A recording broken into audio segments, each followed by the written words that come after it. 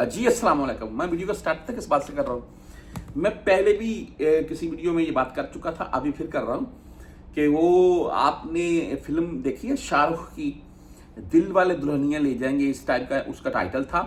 और वो जब काजल को मिलने आता है बाहर से, और यहाँ आखिर में वो ट्रेन जा रही होती है और वो काजल का हाथ पकड़ा होता है वो ठाकर साहब ने और छोड़ते हैं, काजल भागती है, या वो सरसों के खेत में मिलने आता है तो वो ऐसे बाहें फैलाकर मिलते हैं। ये बात इसलिए कर रहा था, हम यहाँ से जब छूट ही जाते हैं तो हम भी एयरपोर्ट के ऊपर, बेटी है, माँ है, फैमिली भी है, तो बाहें फैलाकर मिलते हैं यार।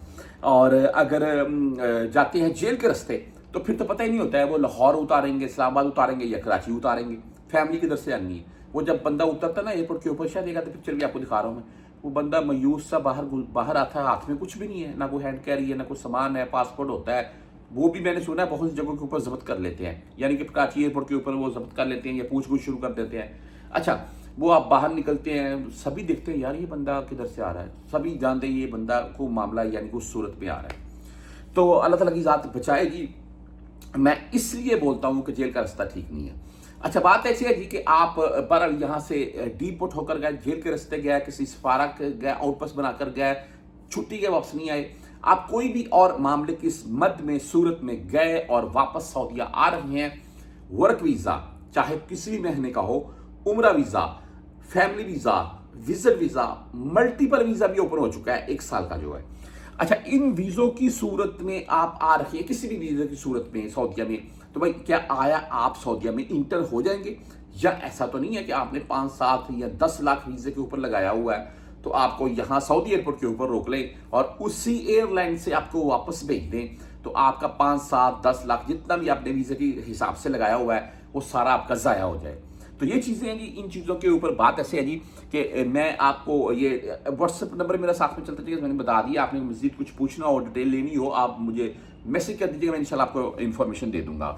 अच्छा, बात ऐसे है कि इन सूरतों में आपने सबसे पहले, बंदे बहुत से भाई बोलते हैं कि पाकिस्तान में वीज़ा हम स्टैंप करवा कर देते हैं, हमारी गारंटी है, कोई इशू नहीं है। भी वीज़ा पाकिस्तान में स्टैंप हो जाता है यार, कोई इशू नहीं बनता है। कोई वीज़ा एक आध रिजेक्ट होता है, उसके साथ आप खरूज वाला पेपर भेज दें अपना, वो भी स्टैंप हो जाएगा। हाँ, शख्सिया मुमकिन का खरूज नहाई का पेपर जी। पाकिस्तान में इशू नहीं है तो पाकिस्तान में क्या होगा, वीज़ा स्टैंप हो जाएगा।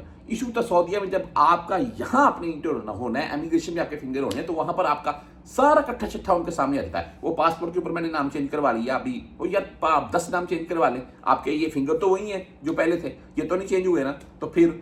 अच्छा, बात ऐसी है जी कि इन सूरतों में आपका कोई भी यहाँ पर अजीज़ो अकारब है सऊदीया में, उसको आप जवाज़ात, मकतब माल या मजमा बशमिसी के बाहर जो मकतब बनाकर बैठे होते हैं एजेंट, उनके पास भेजिए। देखिए, मतार पेपर, तरहील पेपर, मतलूब पेपर, जवाज़ात के 20 किस्म के पेपर हैं। हर पेपर की मुख्तलिफ कैटेगरी है।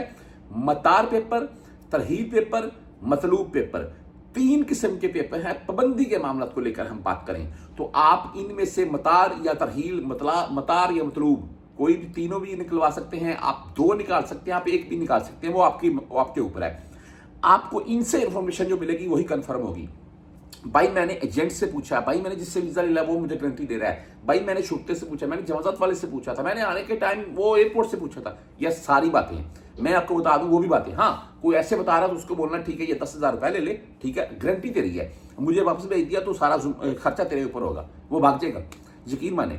अच्छा, बात ऐसी है कि आप इन सूरतों में आपका कोई अजीज़ो कारब है यहाँ पर, यहाँ जवाज़ात से आपका मतार पेपर निकल सकता है, या मकतबे माल या मजमा बशमिसी के बाहर जो एजेंट बैठे होते हैं वहाँ पर भेजें और वहाँ से जाकर आपके वो डॉक्यूमेंट्स पेपर निकाल ले।